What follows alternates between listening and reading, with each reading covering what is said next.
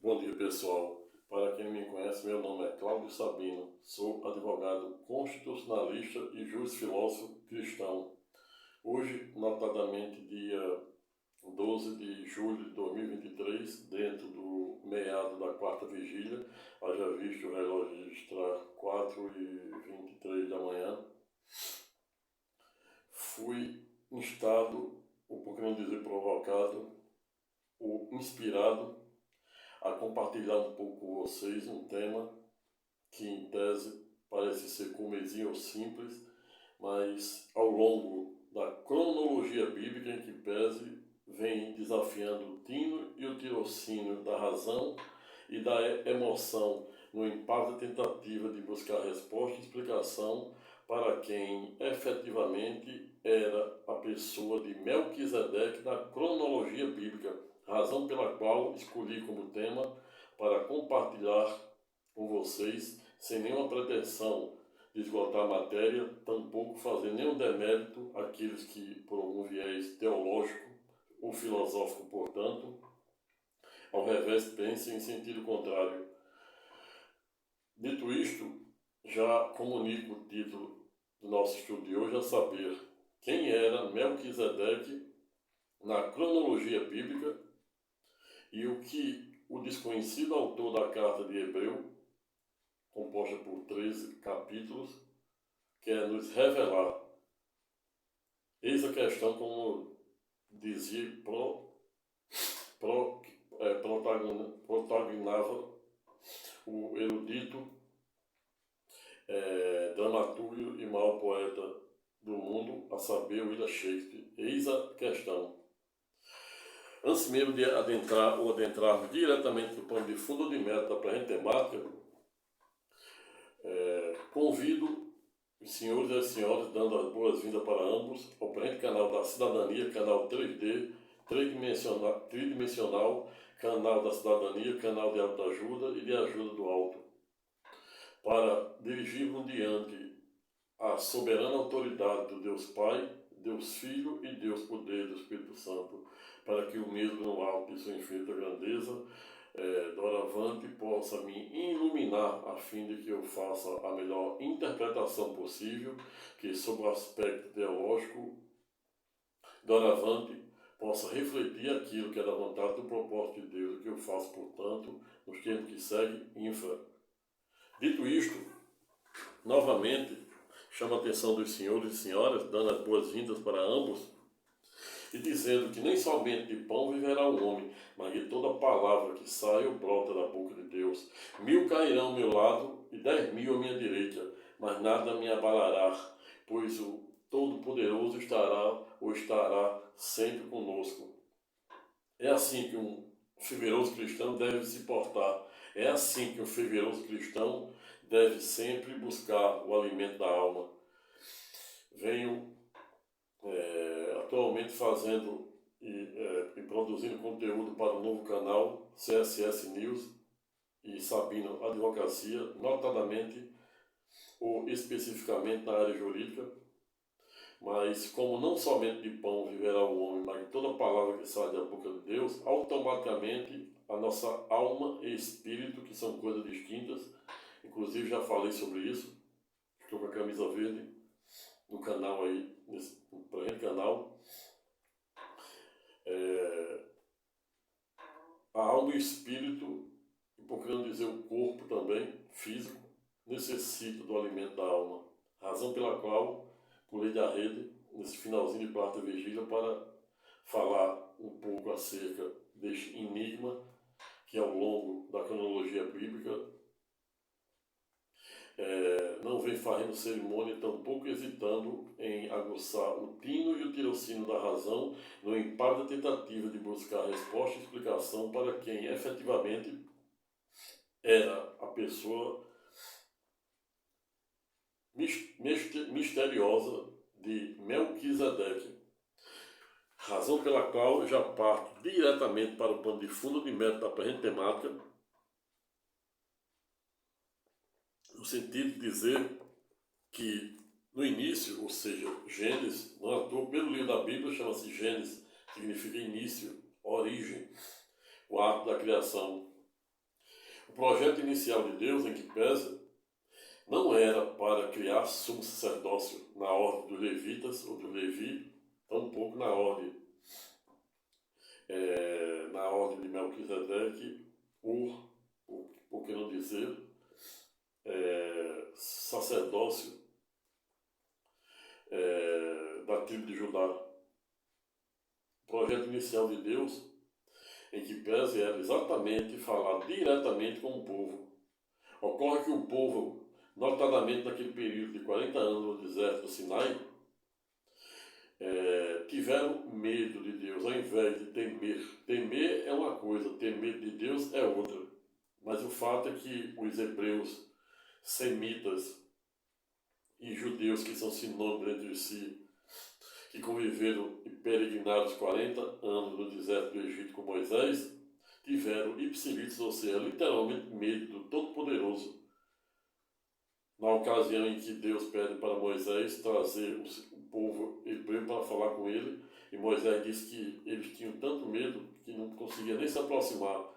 Deus ordena a Moisés para fazer uma linha divisória e pede para trazer o povo para ele falar à distância, ele no monte. Deus se encontra sempre nos montes, e o Vale da Sombra da Morte é o lugar onde Deus constrói a nossa fé, e para além disso, também é um lugar em que Deus coloca o homem em provação, a fim de ensiná-lo a enfrentar os mais diversos e complexos problemas do dia a dia e aprender a superá-los. E para além disso, também ter a oportunidade de construir os melhores capítulos de sua vida no momento da dor, da opressão, da perseguição, da injustiça e até mesmo da humilhação, pois aqueles que se humilham ou serão exaltados e os que se elevam serão humilhados.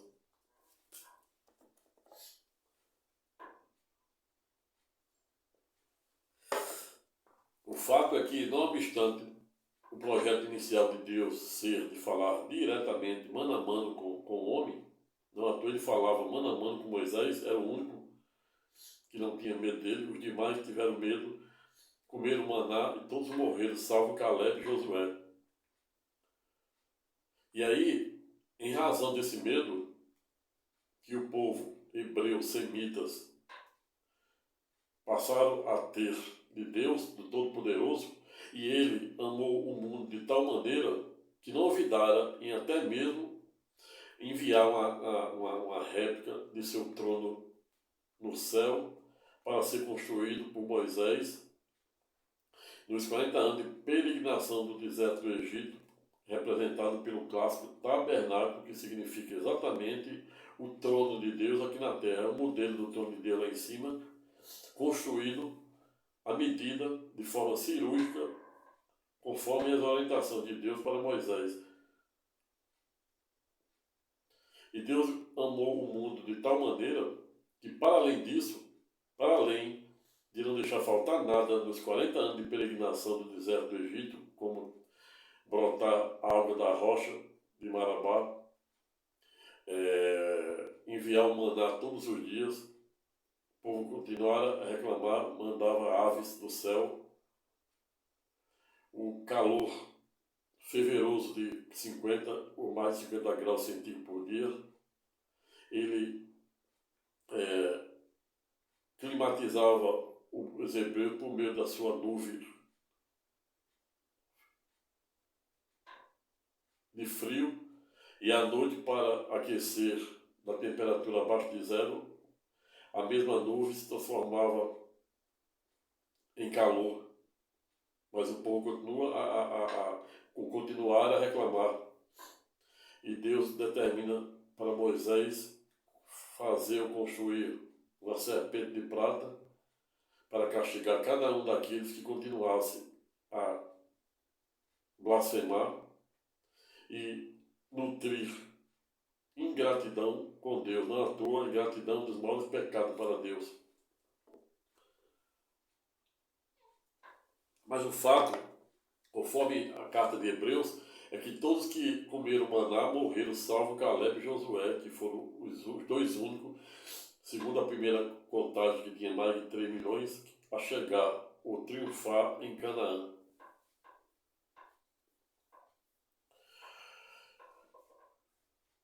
em razão do pecado originário perpetrado outrora no Jardim do Éden por Adão e Eva, o homem passou a ter a ímpar necessidade de ser representado pelo sacerdote, notadamente na ordem dos Levi ou dos levitas. A partir do pecado, o homem somente poderia estar diante de Deus se estivesse diante de um sumo sacerdote, notadamente os levitas.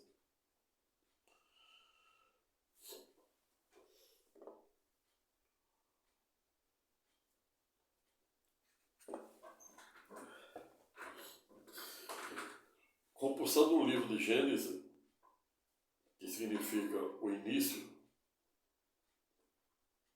em ato contínuo observamos haver, no mínimo, 8 citações da passagem de Melquisedeque na Bíblia, começando do livro de Gênesis 14, 18, Salmos, notadamente escrito pelo rei Davi, 110, 4, Hebreus, somente em Hebreus, Melquisedeque é citado por 8 vezes, 5, Hebreus 5, 6, Hebreus 10, 6, 20, 7 a 1, 10, 11, 15 e 17, ou seja, 8 vezes existe previsão de citação somente na carta de Hebreus citando Melquisedeque. O fato é que, não obstante a existência dos sacerdotes na tribo dos levitas, que todos sabem a sua origem genealógica, ou seja, sabem de onde vem e para onde foi, ou para onde vai, sabem a sua árvore genealógica, ou seja, seu pai, sua mãe, seus avós, etc.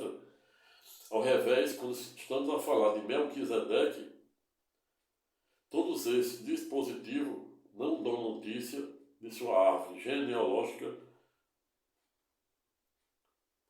no sentido de dizer quem é a sua família, quem for a sua família, de onde ele veio, nem para onde ele foi. Razão pela qual resolvi falar um pouco, sem nenhuma pretensão de esgotar a matéria, acerca do plano de fundo e de meta da presente temática, a fim de deixar minha opinião acerca de quem é essa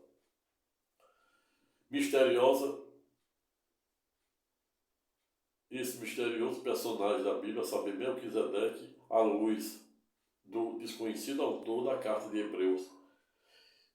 E aí já começo lendo a primeira previsão do livro de Gênesis, que é exatamente Gênesis 14, que remonta a saga vivida por Abraão na hora que seu querido sobrinho Ló é preso e Abraão implementa um plano de resgatá-lo, e é exatamente aqui onde a figura de Melquisedeque começa a aparecer pela primeira vez na Bíblia, onde irei ler o capítulo 14 para poder compreender os contornos e alcance em que se dera dada passagem bíblica. E aí começo lendo capítulo 14, Gênesis 14, versículo 1 até o último versículo do respectivo capítulo, que se dá exatamente no versículo 16. Abre aspas, capítulo 14. Abraão libera Ló. Ló, para quem não sabe, é o sobrinho de Abraão. Nesse tempo, Anrafel era rei de Siná. Arioque era rei de Elazar, que Dorlaomer era rei de Elãs, e Tidal era rei de Goim. Esses 4 fizeram guerra contra os seguintes reis: Bera de Sodoma, Sodoma, uma das duas cidades que Deus destruiu com fogo e enxofre. Birra de Gomorra, que é a segunda cidade que Deus também destruiu. Sinabe de Adimé, Semeber de Zeboim, e contra o rei de Bela, cidade que também se chama Zoar. Esses 5 reis juntaram os seus exércitos no Vale do Sidim, que é exatamente o local que supostamente viveu Melquisedeque. Sedom, que na verdade significa rei de justiça e rei de paz. Mas iremos chegar lá. Onde fica o Mar Morto. O Mar Morto hoje é considerado o lugar mais baixo a nível do mar do planeta, onde está surgindo vida, está iniciando o cumprimento da profecia de Ezequiel 47, combinado com outro profeta, que não me veio o nome aqui agora. Esses 5 reis juntaram os seus exércitos no Vale do Sidim, Sedã, onde fica o Mar Morto, região do Mar Morto, lá em Israel. O rei Kedorlaomer os havia dominado por 12 anos, mas no 13º ano eles se revoltaram contra ele. No 14º ano, Kedorlaomer e os seus aliados derrotaram os Refaíns em Asteorote, Canaim, os Suzins em Ram, os Amistes, Save, Kiriatalim e os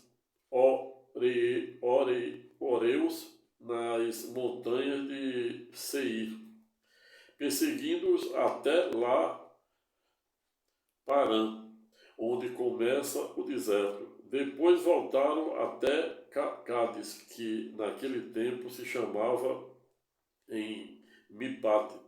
Eles arrasaram a terra dos Amalequitas e derrotaram os amorreus que viviam em Arrazão Tamar. Então os reis, que a letra está muito pequena, eu estou com uma vista cansada.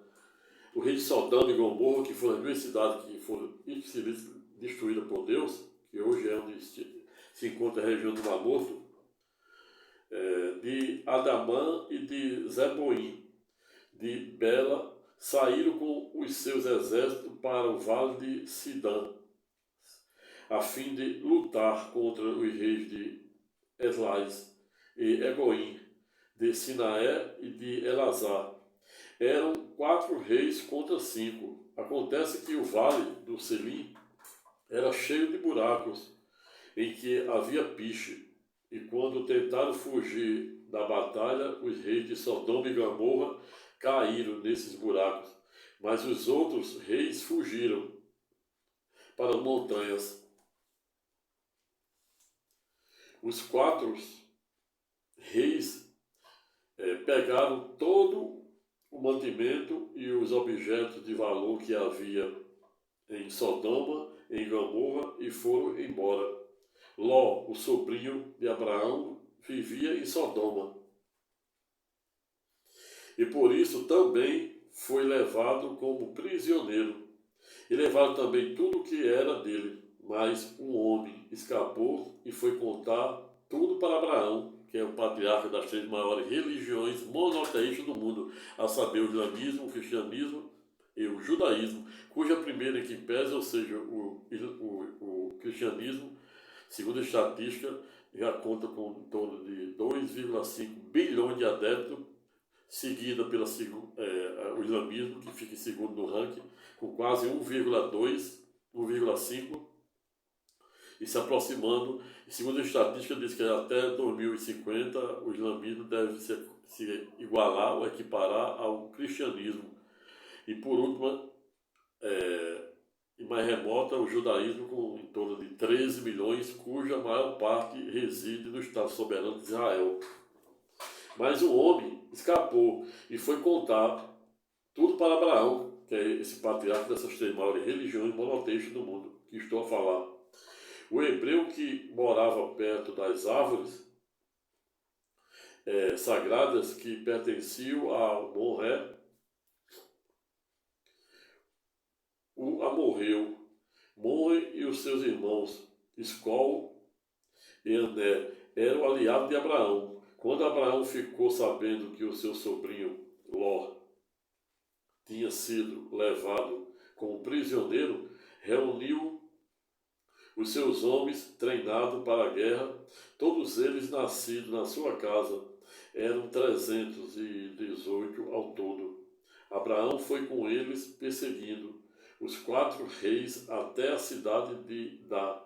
Ali Abraão dividiu os seus homens em 2 grupos, atacou os inimigos de noite e os derrotou. Ele continuou a persegui-los até Roba, que fica ao norte da cidade de Damasco, que é na Síria, onde Paulo de Tarso foi interceptado por Cristo Jesus com a tocha de fogo no momento de sua conversão e ficou cego por 3 dias.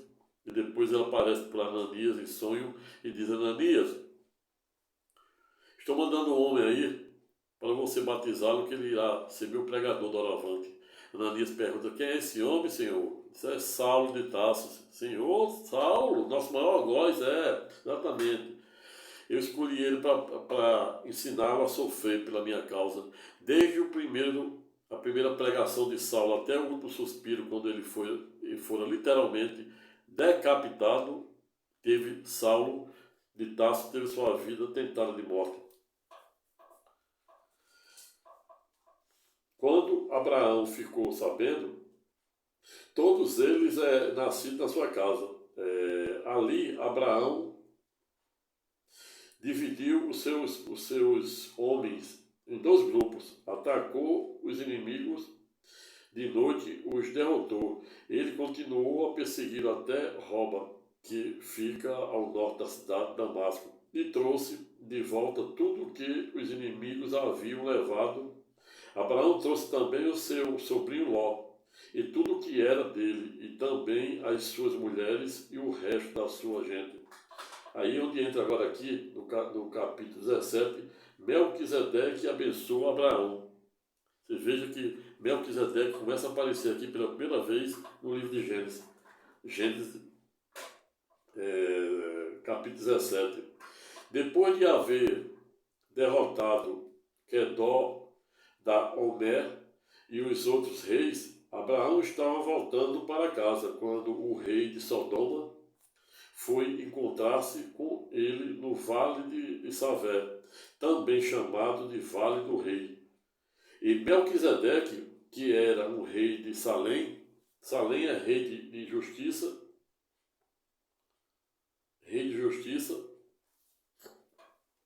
e rei da paz, e sacerdote do Deus Altíssimo, trouxe pão e vinho. Melquisedeque abençoou Abraão, dizendo: Abraão, seja abençoado pelo Deus Altíssimo, que criou o céu e a terra. Seja louvado o Deus Altíssimo, que entregou os inimigos de você nas suas mãos. Aí Abraão deu a Melquisedeque a 10ª parte de tudo que ele havia trazido de volta. Depois o rei de Sodoma disse a Abraão: fique com as coisas e me devolva somente as pessoas. Mas Abraão respondeu: eu levanto a mão diante do Senhor, ó Deus Altíssimo, Criador do céu e da terra, e juro que não ficarei com nada do que é seu, nem um fio de linha ou uma tira de sandália. Assim você nunca poderá dizer: eu fiz com que Abraão ficasse rico. Não quero nada para mim, a não ser a comida que os meus empregados comerem, mas os meus aliados, Aner, Escol e Morre, podem ficar com a parte deles. Deus faz uma aliança com Abraão. E é exatamente essa aliança que Deus faz, é o que torna Abraão, doravante, pai das 3 maiores religiões monoteístas do mundo. Veja, portanto, que a partir do capítulo 17, Melquisedeque recepciona Abraão, quando ele retorna da guerra, e o recebe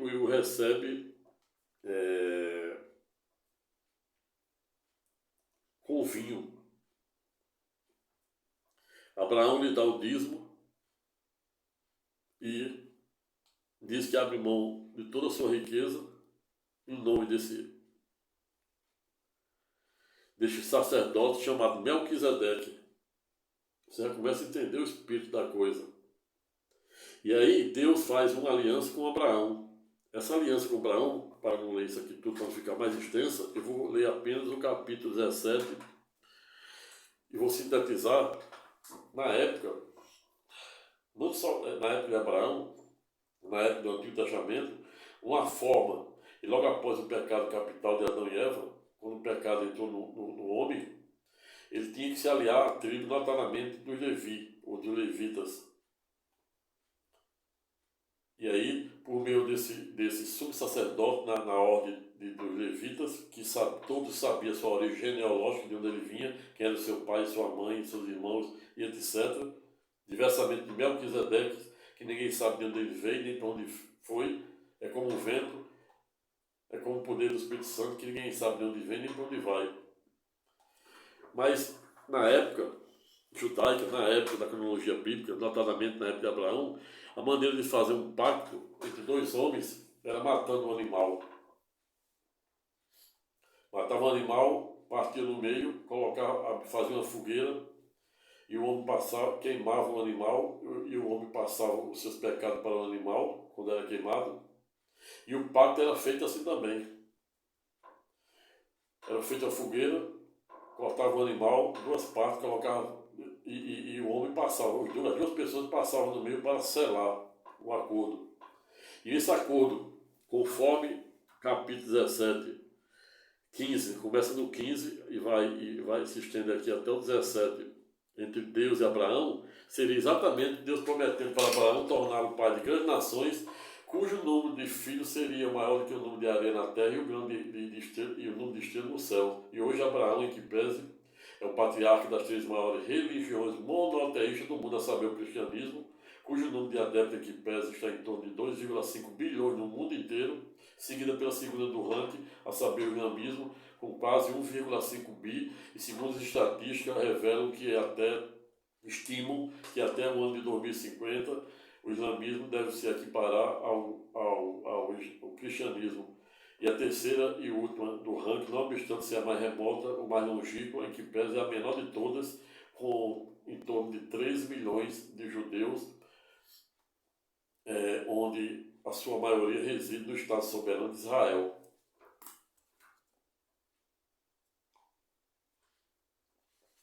Veio, portanto, a aliança que Deus fez, que já foi cumprida, provando que céu e terra passarão, mas a escatológica palavra e promessa de Deus jamais vão lhe passar. E pior ainda, por via reflexo de Deus jamais deixará de honrar nenhuma de suas promessas. E aqui, como eu já disse, né, como era o pacto, Deus faz um pacto com Abraão. E aí, à noite, conforme o capítulo 17, a noite caiu e veio a escuridão. De repente apareceu um braseiro que soltava fumaça e sua tocha de fogo. E o braseiro e a tocha passavam pelo meio dos animais partidos. Nesta mesma ocasião, o Senhor Deus fez uma aliança com Abraão. Ele disse: prometo dar aos seus descendentes, que somos todos nós somos, por vir reflexo descendente dessa aliança feita neste período aqui entre Deus e Abraão, no sentido de prometer não somente ao o seu filho, que é Isaque, fruto da promessa, como torná-lo pai de grandes nações, e hoje ele é Não à toa, o patriarca das três maiores religiões monoteístas do mundo, a saber, o cristianismo, o islamismo e o judaísmo, conforme já disse a Yuris. A noite caiu e veio a escuridão. De repente, apareceu um braseiro que soltava fumaça e uma tocha de fogo. E o braseiro e a tocha passavam pelo meio dos animais, porque quem passava no meio dos animais sempre era o homem, para selar o pacto. Mas aqui, quem passou aqui não foi Abraão. Abraão fechou o pacto com Deus, e quem passou no meio não foi Abraão. Deus não permitiu que Abraão passasse, como é o convencional de um pacto entre dois homens. Porque aqui estava havendo um pacto entre Deus e Abraão. E Deus não pode ser jamais equiparado ao homem. E o braseiro e a tocha passavam pelo meio dos animais partidos. Nesta mesma ocasião, o Senhor Deus fez uma aliança com Abraão. E ele disse: prometo dar aos seus descendentes, que são cada um de nós, terra, desde a fronteira com o Egito até o rio Eufrates. Estava falando de Canaã, do Estado soberano de Israel, incluindo as terras de Queneus, os Quenezeus e os Cadomoneus, os Eteus, os Perizeus, os Reafins, dos Amorreus, dos Cananeus, dos Girgazeus e dos Jebuseus. Jebuseus era uma terra que só tinha cego e manco. Não à toa, Isaac morreu cego e Jacó morreu manco, retratando essa trajetória de uma cidade dos Jebuseus, que só tinha cego, população de cego e mancos.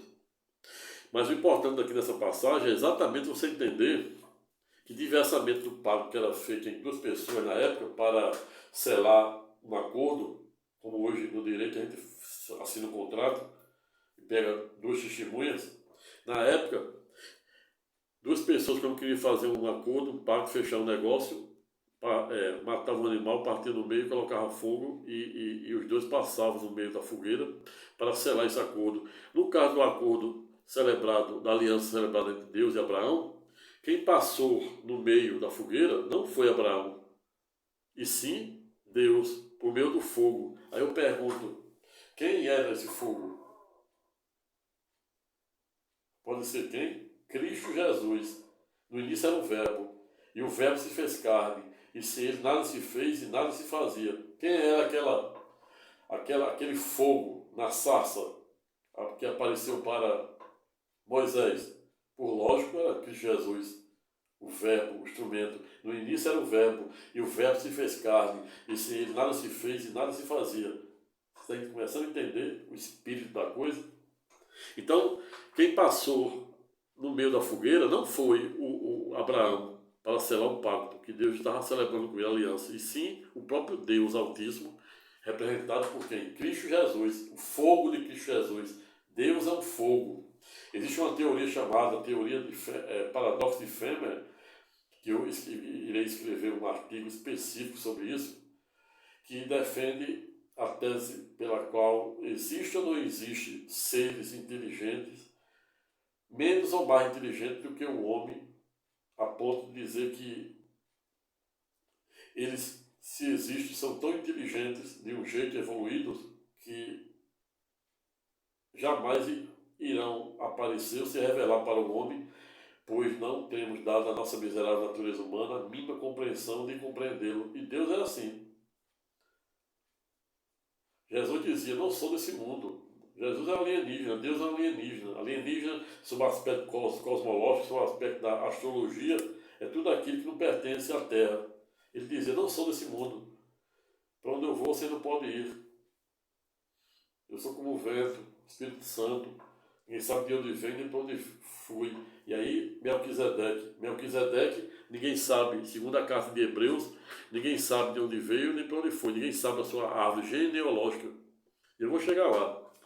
Então entenda aqui, para a gente avançar, porque o projeto de vida já vai com quase 35 minutos, eu preciso já trabalhar. Se pudesse passar o dia todinho, porque não existe um alimento, algo que me fascina mais do que falar da palavra de Deus. Eu estava há uma semana sem falar, sem fazer um vídeo aula acerca da palavra de Deus. Já estava doendo no corpo, na alma e no espírito. Por isso pulei da rede às 4 da manhã, mais 4h20, para buscar este alimento da alma, para poder humildemente compartilhar com os senhores e senhoras no presente momento. Então vejo, portanto, para a gente avançar essa parte aqui, que quem passou no meio da fogueira para ser a aliança entre Deus e Abraão foi Deus, exatamente porque a aliança era de Deus, a promessa não era de Abraão, a promessa era de Deus para Abraão, que se estenda a todos nós. E aqui já vamos avançarmos para a parte de Hebreus, para a gente falar e concluir o presente estudo,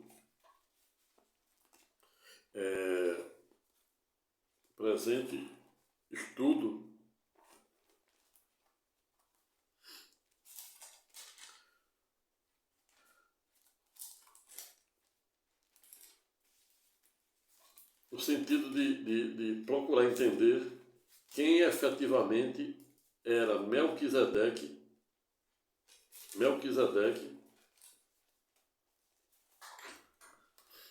na cronologia bíblica. E aí, chegado na desconhecida carta de Hebreus, cujos número de capítulos em que pese são de apenas 13 capítulos, e cuja autoria também, até o presente momento em que pese, também é desconhecido, não obstante isso que estávamos a falar, sem nenhuma pretensão de esgotar a matéria, tampouco fazer nenhum demérito àqueles que, por algum viés teológico, filosófico, ao revés, pensam em sentido contrário. Mas eu tenho minha opinião de quem é, ou de quem era, Melquisedeque. Mas isso aqui não será, na verdade, apenas meu ponto de vista sobre o aspecto filosófico e teológico. Então vamos ler aqui a citação de Melquisedeque no capítulo 7 da carta de Hebreus. Melquisedeque, rei e sacerdote. Esse Melquisedeque era rei da cidade de Salém, que significa rei da paz e rei de justiça. Salém, e sacerdote do Deus Altíssimo. Diga aqui que ele está dizendo que Melquisedeque é sacerdote do Deus Altíssimo, porque o sacerdócio que existia da tipo levita, ele sabia sua origem genealógica, seu pai, sua mãe, todo mundo. Melquisedeque, até hoje, em que pese, ninguém sabe a sua origem genealógica, ou seja, seu pai, sua mãe, de onde ele veio, nem para onde foi. Desapareceu no vento, igual o poder do Espírito Santo, igual o vento, que ninguém sabe de onde vem, nem para onde vai.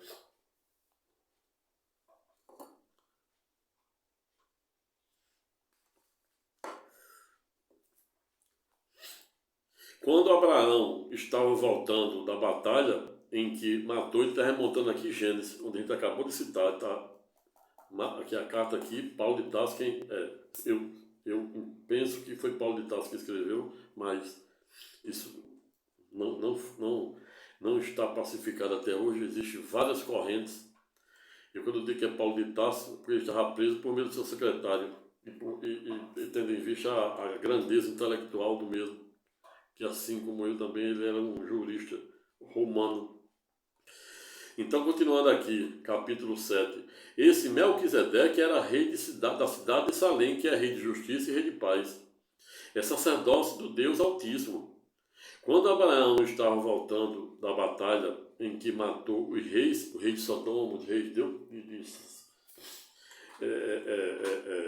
diversos reinados da região, Melquisedeque foi ao encontro dele e o abençoou. Abraão lhe deu a 10ª parte de tudo que ele havia tomado dos inimigos na batalha. Está falando aqui das pertenças. O nome de Melquisedeque quer dizer primeiramente, rei de justiça, e porque ele era rei de Salém. O seu nome também quer dizer rei de paz, conforme já havia dito. Não se conhece o pai nem a mãe. Olha aqui ele dizendo que ninguém sabe a sua árvore genealógica, que é a origem das pessoas. Alguém tem que vir de algum lugar, de algo. Só tem alguém que ninguém sabe de onde veio nem para onde vai, é Deus, que é o alfa e o ômega, ou seja, Cristo Jesus se revela lá no último livro escatológico, dizer ser o alfa e o ômega, por 2 ou 3 vezes no livro escatológico do Apocalipse. O primeiro e o último, o início e o fim, o princípio e a eternidade, hoje e sempre. Amém. Continuando, capítulo 7 da carta de Hebreus. Abraão lhe deu a 10ª parte de tudo que ele, aqui você vê a origem do dízimo, que é legítimo, dependendo da maneira como se faz. Abraão lhe deu a 10ª parte de tudo que ele havia tomado dos inimigos na batalha. O nome de Melquisedeque quer dizer, primeiro, rei de justiça e segundo, rei da paz. Não conhece seu pai nem a sua mãe, nem qualquer antepassado. Veja bem, nem qualquer antepassado. Não obstante dizer que ele era o rei de justiça e rei da paz, e que vivia notadamente em Sodoma, não quer dizer que ele existiu, que ele, notadamente, fazia parte da tribo de Judá, então, notadamente da tribo dos Levi, ou dos levitas. O seu nome também quer dizer rei de paz. Não se conhece o pai nem a mãe, nem qualquer antepassado de Melquisedeque. Também não se sabe nada sobre o seu nascimento ou sobre a sua morte. Ou seja, ninguém sabe de onde veio nem para onde foi. Ele surgiu do nada nesse período aqui. E também não se sabe nada sobre o seu nascimento ou sobre a sua morte. Por ser como filho de Deus, ele continua sacerdote para sempre. E aqui veja a importância do desconhecido autor da carta de Hebreu, equiparando Melquisedeque a Deus, a Jesus. Ninguém pode ser comparado a Jesus. Você já está entendendo quem é Melquisedeque? Melquisedeque, você já entendeu, né? Quem era aquele fogo que passou lá no meio da fogueira de Abraão? Você sabe o fogo que queimou na sarça na época de Moisés? Cristo Jesus e Moisés, Cristo Jesus no meio da fogueira da aliança com Abraão. E aqui quem era? Quem é Melquisedeque? Eu pergunto, quem é? Cristo Jesus, sem nenhum demérito daqueles que em tese pensam em sentido contrário. Vejo como Melquisedeque era grande. Olha aqui. Abraão, o patriarca, lhe deu a 10ª parte de tudo que havia tomado dos inimigos na batalha, conforme a lei de Moisés.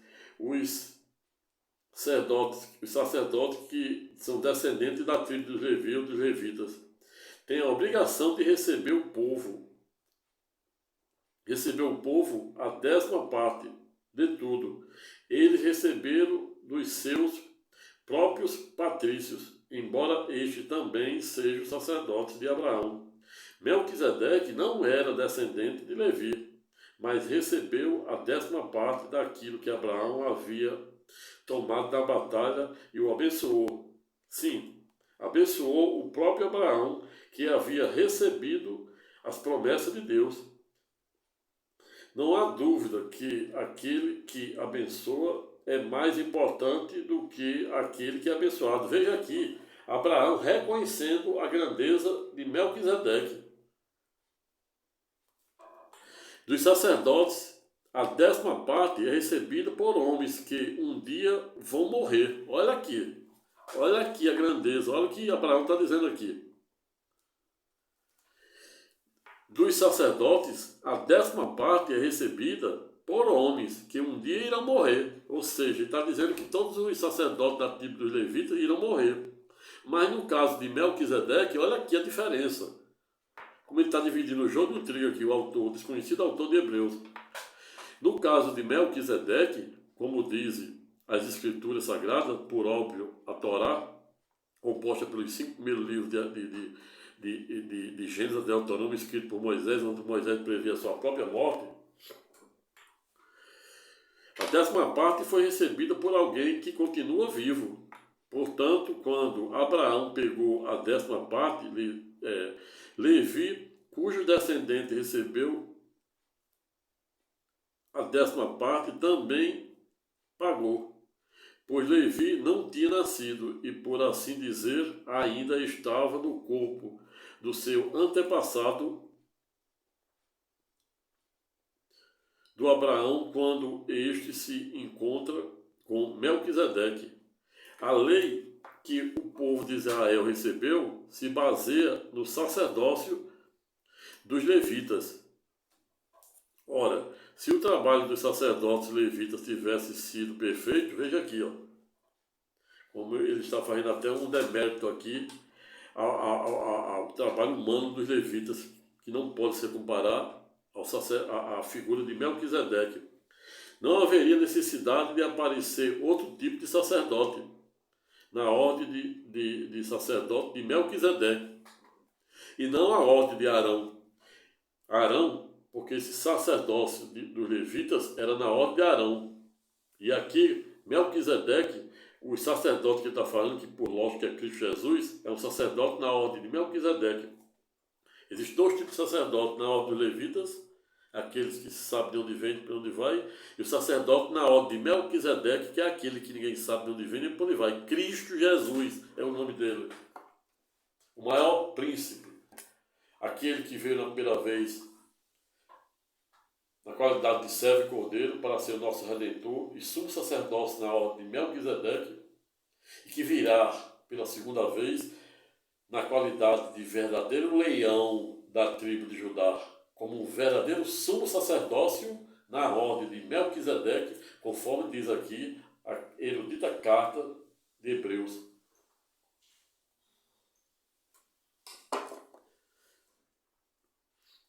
Melquisedeque não é da ordem de Arão, pois quando se muda o sacerdócio, a lei também precisa ser mudada. Ou seja, ele está dizendo aqui que está falando aqui sobre a primeira aliança, a antiga aliança que fora literalmente substituída pela nova e eterna aliança por meio da cruz, por meio da inefável crucificação e ulterior ressurreição no terceiro dia de Cristo Jesus. A continue surgindo a nova e eterna aliança. Pois quando se muda de sacerdócio, a lei também precisa ser mudada. Ou seja, mudou da antiga aliança, Antigo Testamento, e agora se aplica a nova aliança. O véu caiu e a cortina se rasgou. Doravante, o homem não precisando mais de um sacerdócio na tribo dos levitas para se comunicar com o Altíssimo, com o Todo-Poderoso. Ele pode diretamente, quando na hora que o véu caiu e a cortina se rasgou, o homem doravante pode falar diretamente com o Todo-Poderoso. O trono de Deus passa a estar dentro de cada um de nós, aí precisando apenas que cada um, por forma de uma fé real, diferente de uma fé oscilante, como defende Tiago. A fé não pode ser oscilante ou incompleta, a ponto de ser como as ondas de um mar.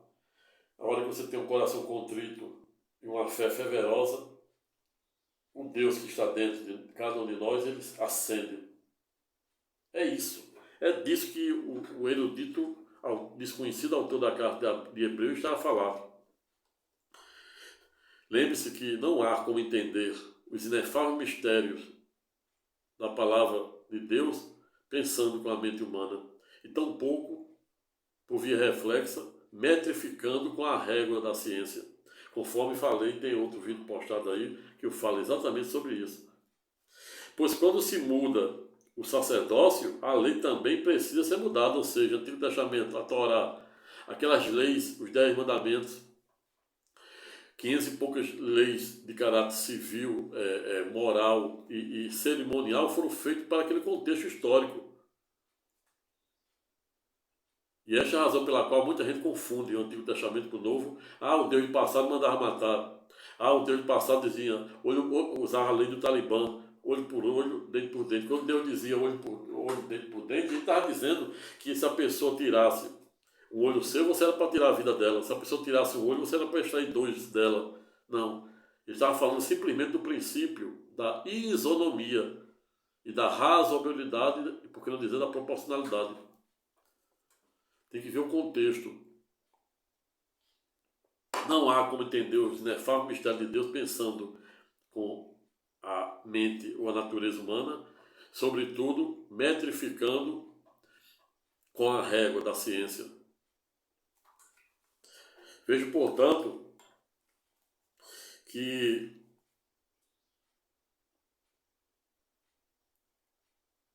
ele diz que quando a lei muda, deve mudar também o sacerdócio. Não mais se fala em sacerdócio da tribo da linhagem de Arão, que era o irmão de Moisés e de Miriam, e sim da linhagem, uma nova linhagem, que é um sacerdócio na ordem de Melquisedeque. E não à toa ele compara Melquisedeque a Jesus. E ninguém, repito, pode ser comparado a Deus. A lei também precisa ser mudada. E o nosso Senhor Jesus, ele está falando de Cristo Jesus, a respeito de quem são ditas essas coisas, pertencia a outra tribo. Ele está dizendo que ele pertencia não à tribo dos levitas, e sim à tribo de Judá. E não à toa Jesus, em sua segunda vinda, virá na qualidade verdadeiro leão da tribo de Judá, para governar com aquele que ele escolher. E nenhum membro dessa tribo jamais serviu como sacerdote. É sabido que, por nascimento, Jesus, o nosso Senhor, pertence à tribo de Judá, como eu havia dito. E Moisés não disse nada dessa tribo quando falou a respeito dos sacerdotes. Outro sacerdote como Melquisedeque. Olha aqui, olha essa passagem aqui. E tudo isso se torna bem muito claro. Olha o autor, parece que eu estou ouvindo Paulo de Tarso falar. Grandeza intelectual e teológica, nem Dr. Gamaliel tinha.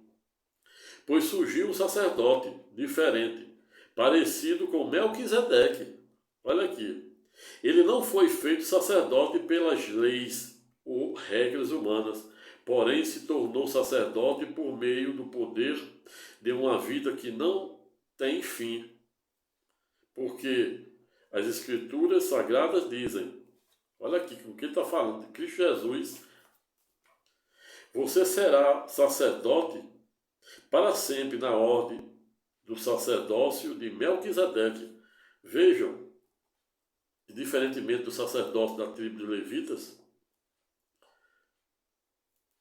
sacerdócio, conforme o desconhecido autor de Hebreus, é um sacerdócio divino. O sacerdote, o sacerdócio dos levitas é humano. Tem árvore genealógica, pai, mãe, sabe de onde vem, entendeu? É pecador. Esse aqui não peca, não. E até os muçulmanos entendem que Jesus, ele era, não obstante ser mais um profeta segundo eles, que eu não concordo, apenas para conceituar, ilustrar, ele era diferente dos demais profetas, porque ele nunca havia pecado. Assim, a regra antiga foi anulada porque era fraca e inútil. Falando o quê? Da antiga aliança, que o homem dependia para falar com Deus do sumo sacerdócio na ordem dos levitas e na ordem de Arão, que era irmão de Moisés e de Miriam. Mas agora Deus nos deu uma esperança melhor, por meio da qual chegamos perto dele. Além disso, há o juramento de Deus. Não houve juramento quando os outros se tornaram sacerdote. O lógico está novamente falando do sacerdote Levi. da tribo dos levitas. Porém, houve juramento quando Jesus se tornou sacerdote, pois Deus lhe disse: o Senhor jurou e não voltará atrás. Ele disse: você será sacerdote para sempre. Quem é sacerdote para sempre? Quem? Melquisedeque, que é o próprio Cristo Jesus divino, o alfa e o ômega, o primeiro e o último, o início e o fim, o princípio e a eternidade, hoje e sempre. Amém.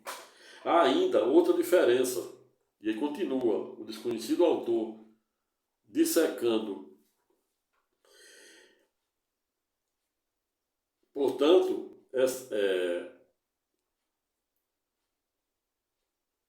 há ainda outra diferença. Os outros sacerdotes foram muitos porque morriam e não podiam continuar o seu trabalho. Novamente falando do sacerdote da tribo dos levitas. Mas Jesus vive para sempre. Veja aqui que para mim ele já respondeu quem é Melquisedeque. Ele já respondeu por diversas vezes, por diversas passagens. Só uma cegueira espiritual para não ver isso. E por isso ele pode, hoje e sempre, quem é hoje e sempre? Qual o sacerdócio da tribo dos levitas, na linhagem de Arão, que é eterno? Todos são finitos, igual a nós. Eterno só o Altíssimo, só Melquisedeque, que é sinônimo de Cristo Jesus, o divino. E existe o homem histórico, Jesus de Nazaré, histórico, que eu já falei, e o Cristo Jesus divino, Logos, Cosmos, Alfa e Ômega, o verbo, o instrumento. A maçonaria o chama de construtor, a maçonaria chama o pai de arquiteto. Nesse ponto, em tese, tem razão. Apenas nesse ponto, para você não achar que eu estou referendando outras coisas.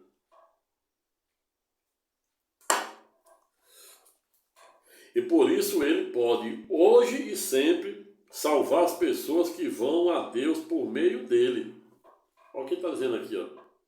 Por meio dele. Aí Jesus diz, lá em Mateus, ninguém chega ao Pai senão por meio do Filho. Jesus nunca disse que era Deus, não obstante ser o Alfa e o Ômega.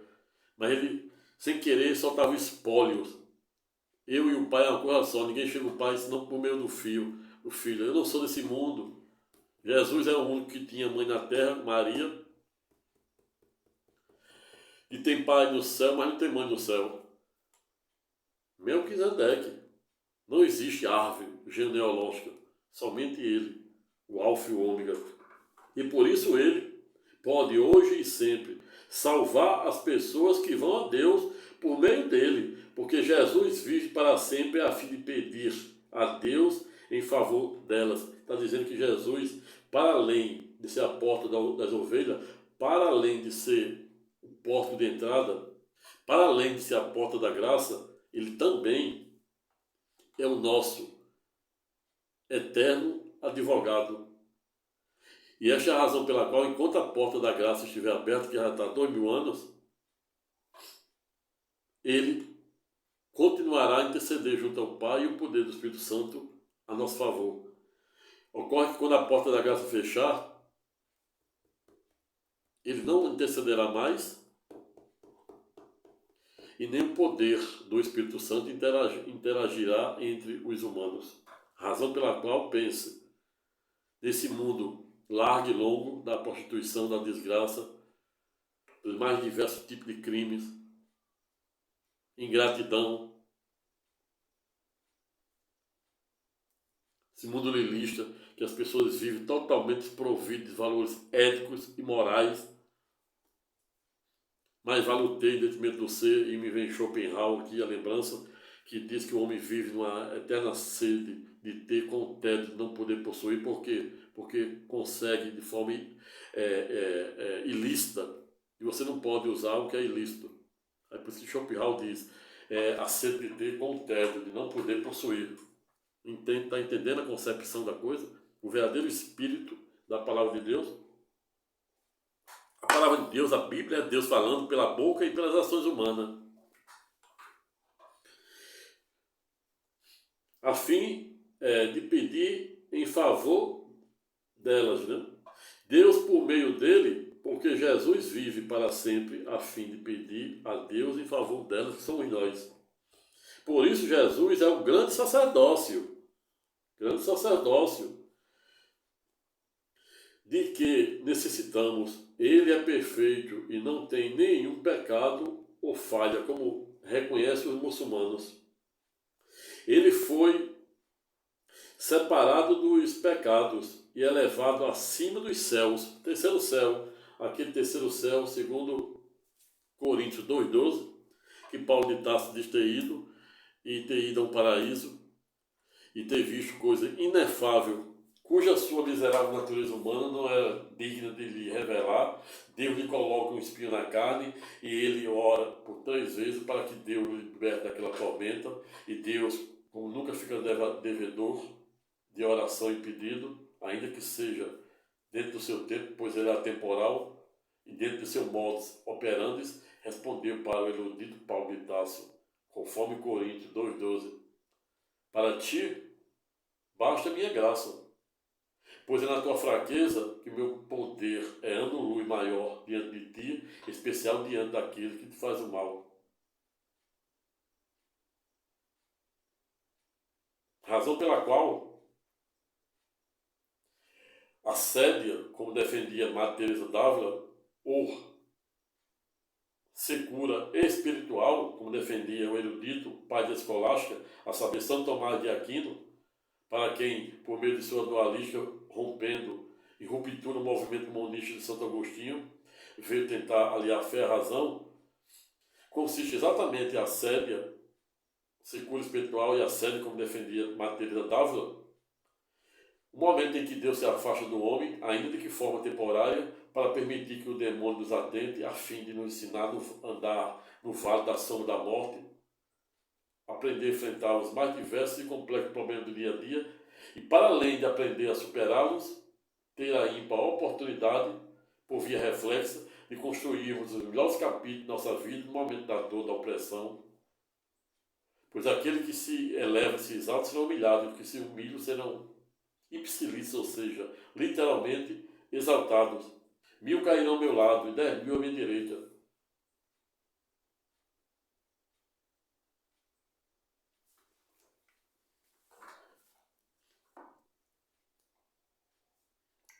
Vejo, portanto, para concluir o presente estudo temático, continuo lendo 26 e seguinte do respectivo capítulo 7 da carta de Hebreu. Por isso Jesus é o grande sacerdócio que necessitamos. Ele é perfeito e não tem nenhum pecado ou falha. Ele foi separado dos pecados e elevado acima dos céus, o terceiro céu que eu acabei de falar.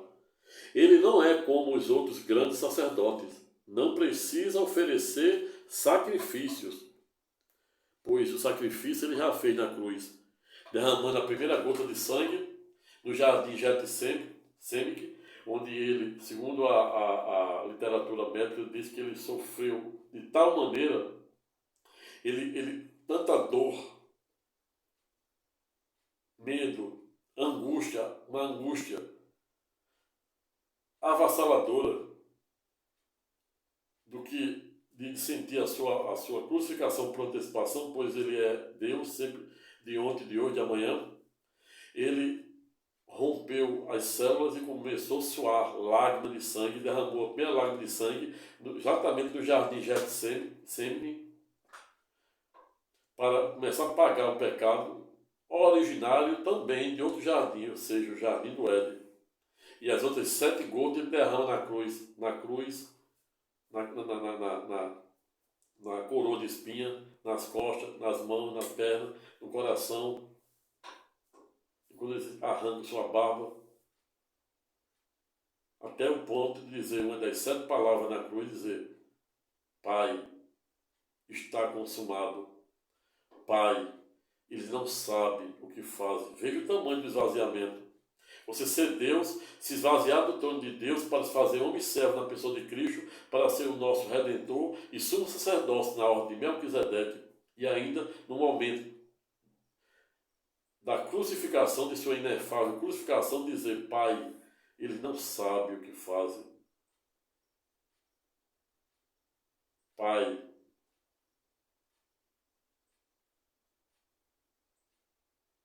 entrego a Ti o meu espírito, pois o inferno estava em festa, esperando receber a divina luz como se fosse capaz de superá-la. E aí, quando ele derrama a sua sétima gota dizendo: está consumado, ele está dizendo: não tenha medo, você não deve mais nada, porque eu sei, sempre soube, que dada essa sua miserável natureza humana, você jamais iria ser salvo pelas suas obras. E não à toa somos salvos por meio da graça e por meio da fé. Mas até mesmo a fé não pode ser obra do homem, para que o homem não se engrandeça em detrimento de Deus. E aí me vem à mente a teoria calvinista de João Calvino, para quem diz que Deus é tão poderoso de um jeito, quando está falando da soberania divina de Deus, que Deus salva quem Ele quiser, e Deus é seletivo. E é. Se não fosse Jesus, ele tinha escolhido 12. E dos 12 ele tinha 3 queridos, a saber, João, Tiago e Pedro Simão. E ainda dos 3 queridos, só teve um que morreu de morte natural, a saber, João, e não à toa era o único também que estava no Calvário. Onde é que estava o resto? Está entendendo a concepção da coisa?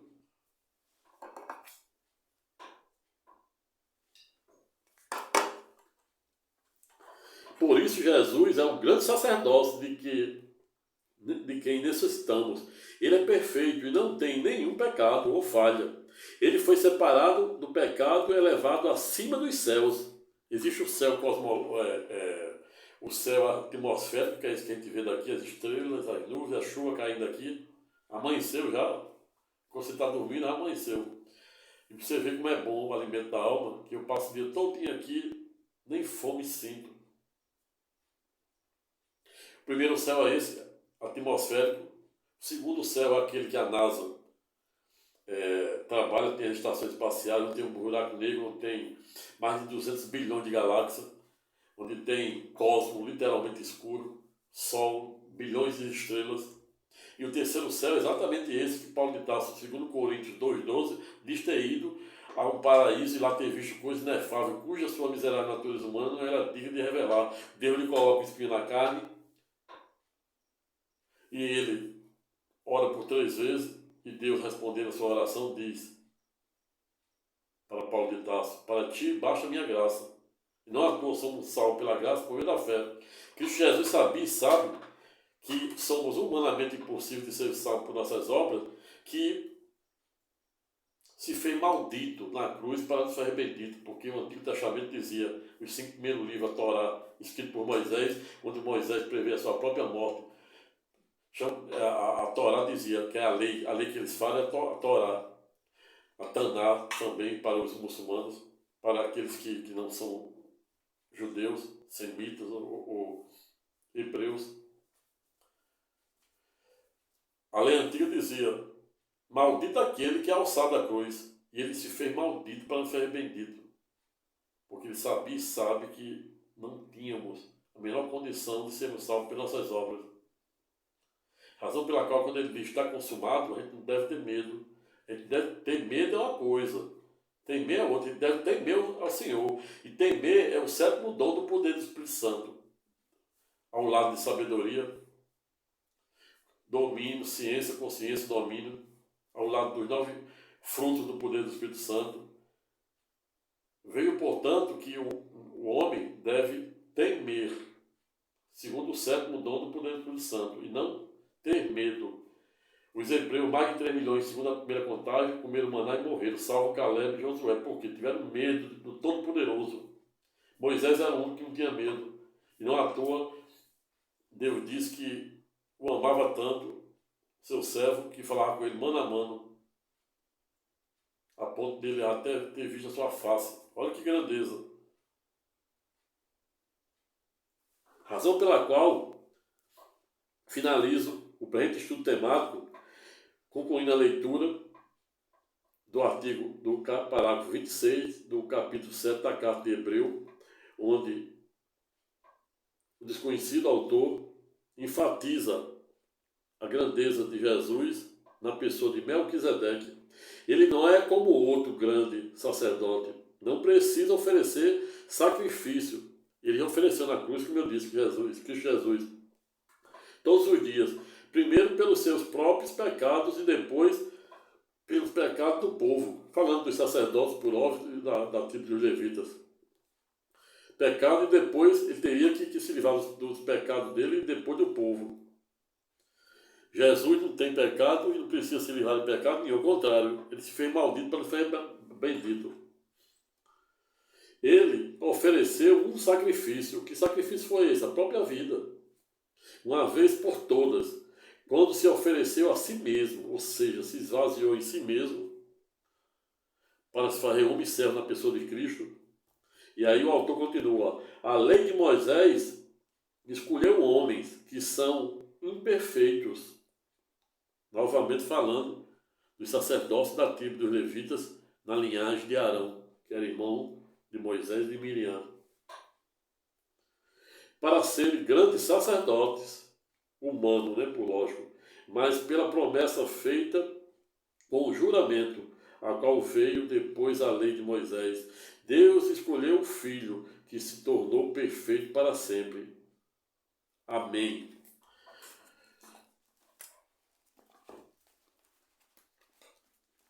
Dito isto, finalizo o presente estudo temático no sentido de dizer quem era Melquisedeque. Quem você acha quem era Melquisedeque, pelo pouco que eu suscitei de Gênesis à carta de Hebreus? Sem nenhum demérito àqueles que, por um viés teológico ou filosófico, pensam em sentido contrário, me declino de forma humilde e sem nenhuma pretensão de ser o dono da verdade, no sentido de entender sobre o aspecto teológico e filosófico, portanto, sobretudo nos termos do capítulo 7, capítulo 5, 6, 10, 7, 10, 11, 12 a 17 da elencada carta de Hebreus, no sentido de dizer que Melquisedeque, assim como aquele fogo que queimara a sarça, a clássica sarça na época de Moisés, aquele mesmo fogo que passou no meio da fogueira quando Deus celebrara a aliança com Abraão, por via reflexa, é também o mesmo fogo, a saber, Cristo Jesus, que é retratado em Gênesis 14, Salmos 110, 4, da lavra do rei Davi, e em outra passagem de Hebreus, conforme previsto no capítulo 5, 6, 10, 6, 10, 11, 15 e 17. Ou seja, sem nenhuma pretensão de esgotar a matéria e tampouco ser o dono da verdade, entendo que Melquisedeque representa exatamente Cristo Jesus, diferentemente de Jesus de Nazaré. Ato contínuo, em uma última síntese estreita, dizendo: se tem dúvida da existência de Deus, veja o homem, multiplique pelo infinito, e logo verás esse ser tão necessário em busca da felicidade e do amor. Pois aquele que amordou objetos estranhos negocia, como dizia Masília, asseverou Cresce Morton. Razão e ciências, e dias virão em que a razão dominará o mundo. Santo Tomás de Aquino não olvidara em tentar aliar fé à razão. Obrigado, pessoal. Vou ficando por aqui. Espero que tenham gostado. Se gostaram, dê seu like, compartilhe para a gente vídeo com mais pessoas. Se inscreva no presente canal. Se sentir à vontade, faça seu comentário de forma educada, respeitosa e elegante. Até a próxima e fique com Deus.